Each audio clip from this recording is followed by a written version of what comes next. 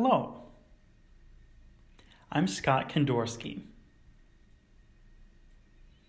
As a behavioral health consultant, I'm thrilled to be here in my first video of Mr. K's Briefcase. This video segment will be focused on social and emotional learning, SEL. Now you're probably wondering why I named this video segment Mr. K's Briefcase. Well, it's from the years of experience, the 30 years of experience. I've been working with students in different settings: treatment centers, school, home, residence, dorm settings. In my work over the years with deaf, hard of hearing, and deaf-blind students, most of them have mental health issues, social skill development, anger management, bullying, etc. Really, I've just learned restorative practices. It's a really neat program. And that, along with my experiences, I've put in my briefcase to share with you. Also, your approaches, your experiences will be added to this briefcase, and we'll be able to collaborate together.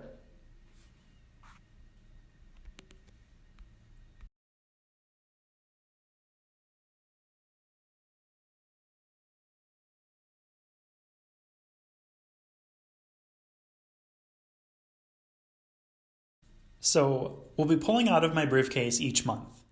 For the month of December, we're going to be focusing on SEL, Social Emotional Learning. That's under DPI, Department of Public Instruction.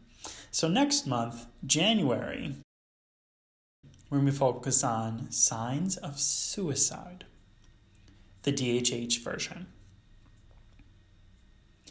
There's also a hearing version of this program, which is called ACT. The A is for acknowledge, the C is for care, and the T is for tell.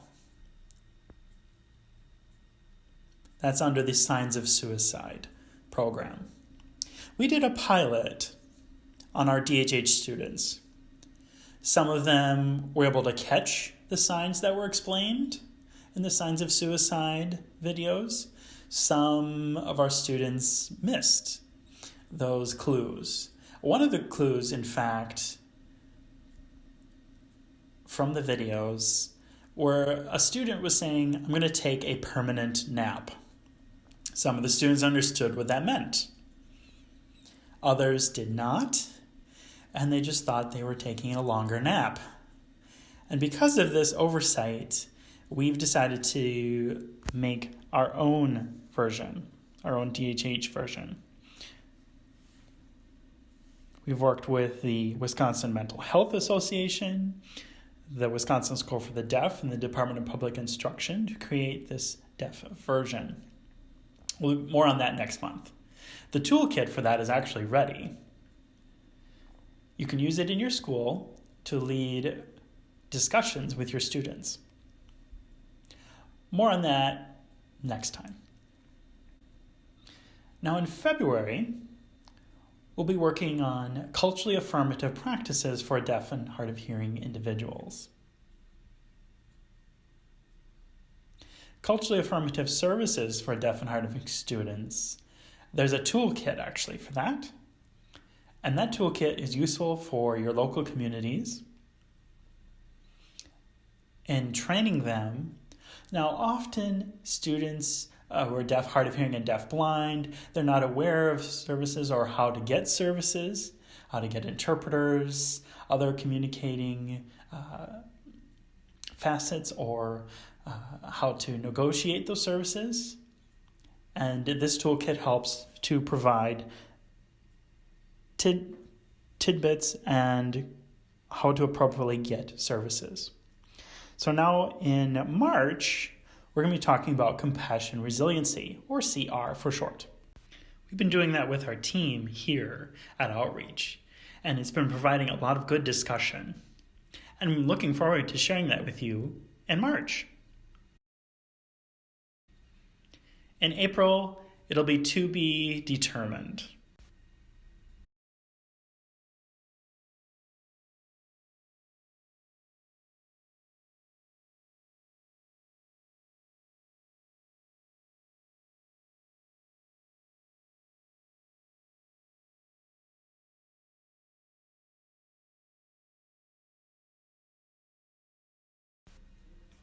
All right, let's dig into this month's topic, social emotional learning. The resources and information I've collected are from the Department of Public Instruction's website. The link I'll share with you later. DPI collaborated and partnered with Safe Schools, Healthy Students. It was a grant, and they also partnered with CASEL, the Collaborative for Academic, Social, and Emotional Learning. They worked together to produce materials such as this packet.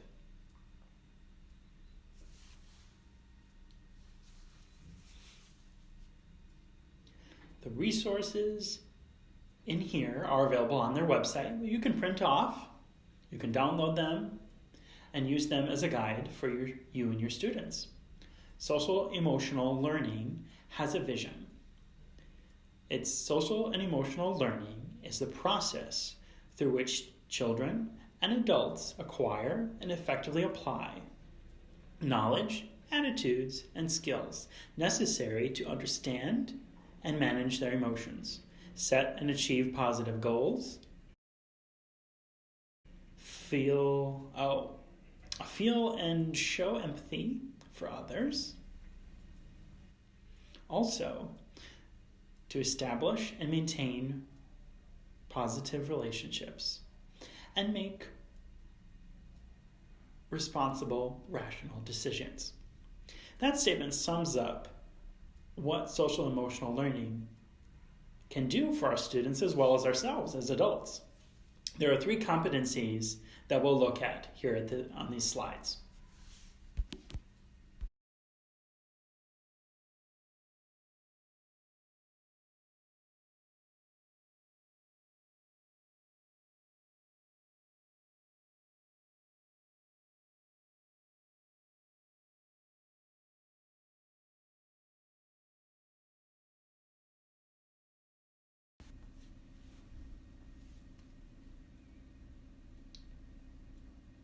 On the competency checklist slide we just looked at, we'll look at the first selection, which is self-awareness. One will manage and understand emotions of self and others. Really, there are 3 parts at the end of this selection. The first part of not yet addressed. The second part, intermittently addressed. And the third part, intentionally addressed. So when you're giving instructions to students, and one student you're having ongoing conflicts with, take advantage of the opportunity to instruct them one-on-one and help them by supporting them in daily reinforcement, reminders, developing rapport with the students, helping them work together with their whole class. If there's a whole class conflict, gathering them together, working together on discussions, sharing some social skill stories and several activities to help your students understand the emotions of others and themselves better.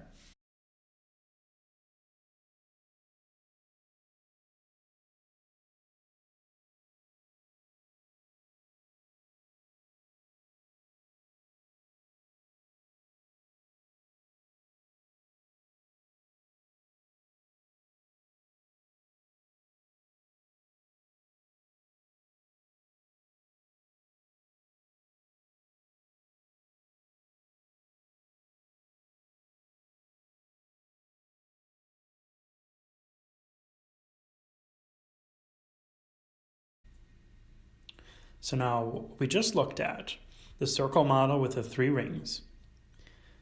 The innermost ring is the curriculum and instruction that you can get specific lesson plans that target behaviors and goals that you want to teach and work with your students. The second is the school-wide practices and policies that are in place that are applied outside of the classroom. First, your students learn discussion in the classroom, and then they're able to go out into their school environment and apply those practices there and experience those standards and those expectations. Then thirdly, their home and community environment. Now it's not just for themselves, but it's for everybody.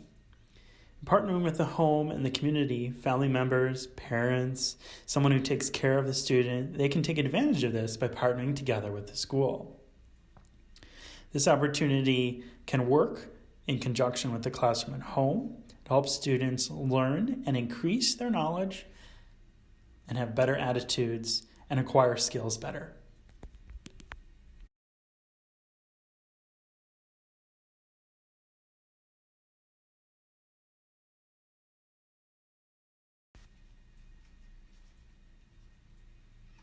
So now social and emotional learning has its core curriculum, but I would like to add a supplement to it. I'm going to be providing social skill stories in American Sign Language and voice. I'll be providing those 2 times a month. I'll also include lesson plans.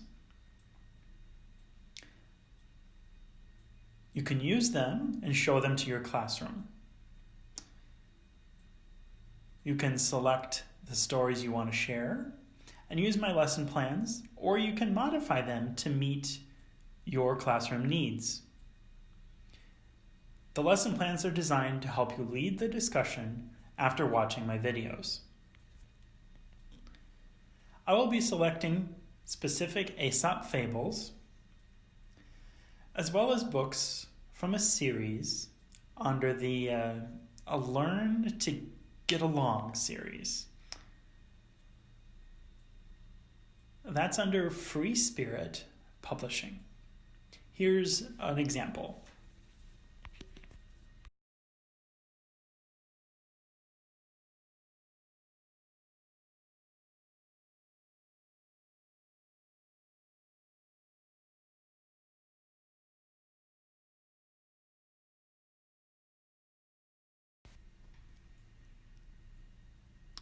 Social stories are extremely important to our DHH children.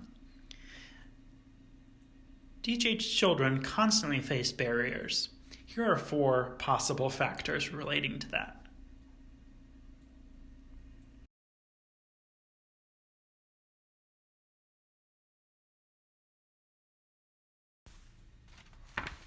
Social stories are significant resources to our deaf, hard of hearing, and deafblind students. They can face a lot of frustrations.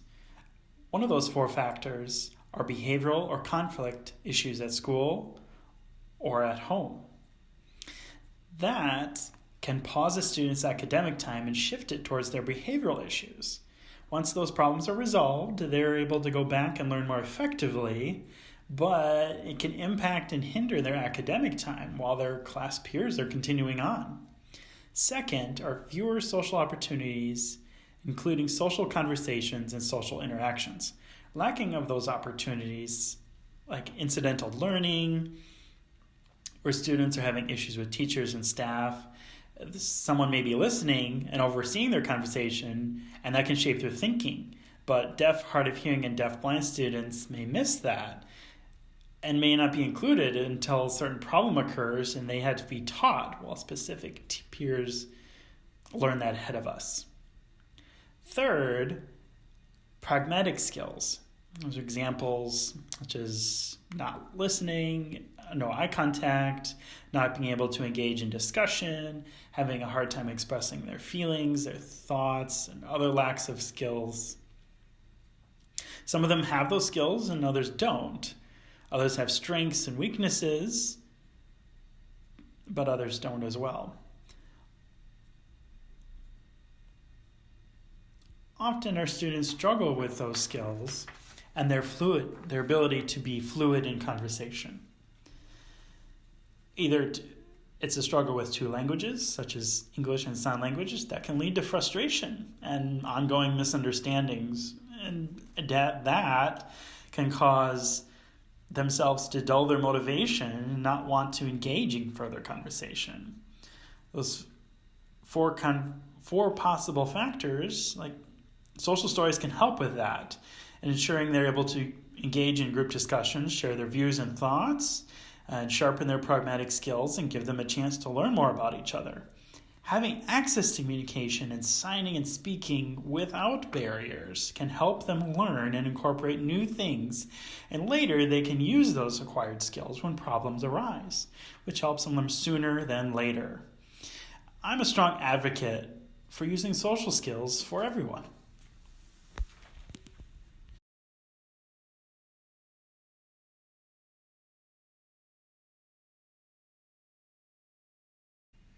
What we just looked at from Michigan State University shows the benefits of using social stories.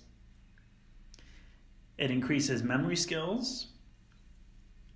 Secondly, it increases empathy. It leads to more comprehension, more sensitivity towards others, and compassion as well, towards others and themselves. Concrete learning. Students are able to share the content of information and understand and be able to connect with those around them. Also, having strong communication skills, whether it's by using signing or voice. Being understood and to understand is very important. Lastly, it also improves their literacy skills. So now it's time for me to show you my Aesop fable.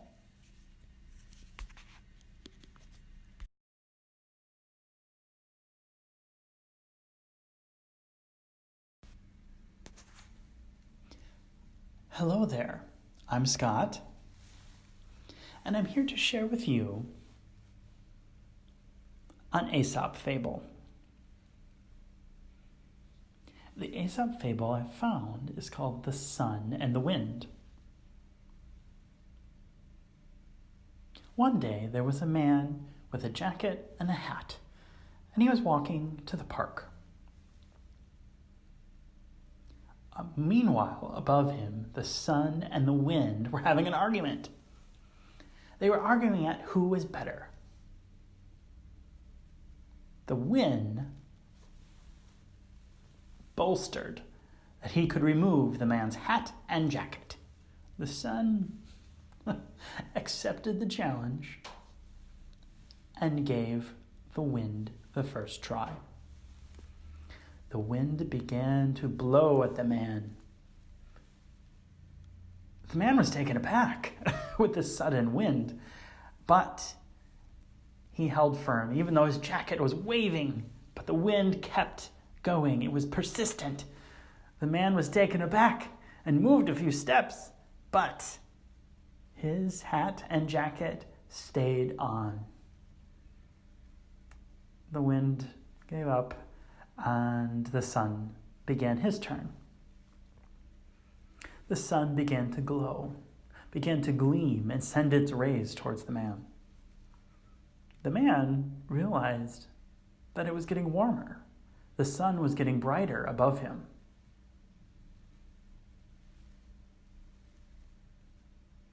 The man noticed that the sun was even more brighter. It was getting hot, and the man removed his hat and his jacket and enjoyed the sun's rays. Okay, who won? Go ahead and talk about it.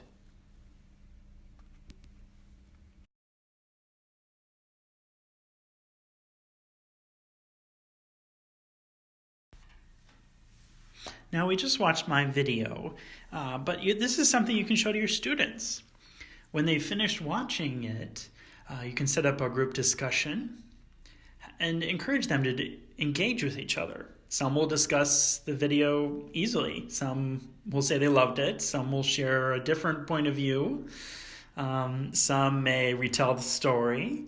Some will express that they have a similar experience or situation with the story. During the discussion, try to add some words like force or gentle, maybe harsh,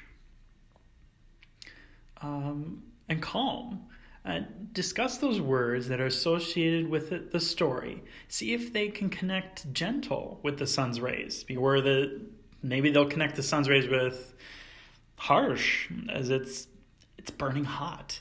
Same goes with the wind.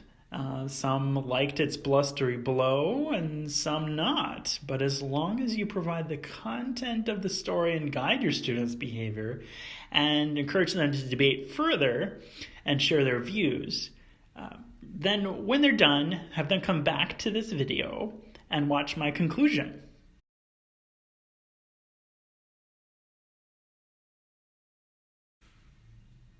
All right. Good discussions. I have a tidbit for you. Now, the sun and the wind both were vying for control. They were trying to convince someone. How did they do it? In a nice way or in a forceful way? I mean, the wind, ultimately, the man put up his defenses, but the sun made the man take off his jacket. Maybe think about your everyday interactions. Well, how do you convince someone? Do you yell at them? Do you make demands? Does that work? That can be hard. We'll see you in 2 weeks.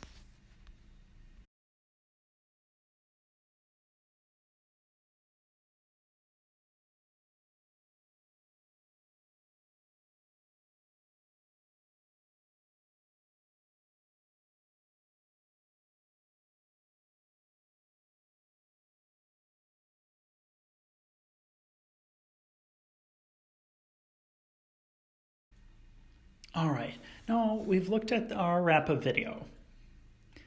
So maybe you want to connect with me and get more information on social and emotional learning.